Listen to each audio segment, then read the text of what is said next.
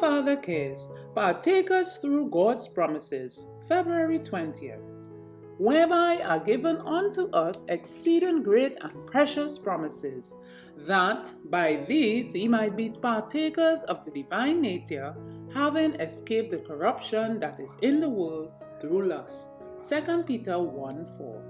Every promise that is in God's book holds out to us the encouragement that we may be partakers of the divine nature. This is the possibility to rely upon God, to believe His word, to work His works, and this we can do when we lay hold of the divinity of Christ. This possibility is worth more to us than all the riches in the world. There is nothing on earth that can compare with it.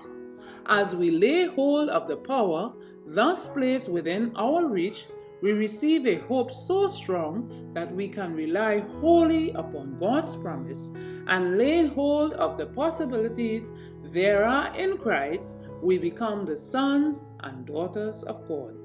He who truly believes in Christ is made partaker of the divine nature and has power that he can appropriate under every temptation.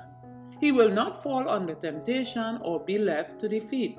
In time of trial, he will claim the promises, and by these escape the corruption that are in the world through lust.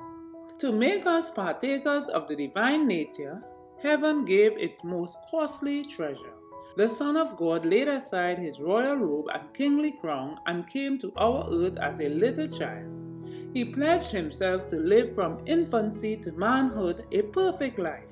He engaged to stand in a fallen world as a representative of the Father, and he would die in behalf of a lost race.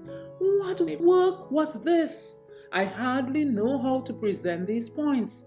They are so wonderful, wonderful. By his life of sacrifice and death of shame, he has made it possible for us to take hold of his divinity and to escape the corruption that is in the world through lust. If you are partakers of the divine nature, you will day by day be obtaining a fitting for that life that measures with the life of God. Day by day, you will purify your trust in Jesus and follow his example and grow in his likeness until you shall stand before him perfected.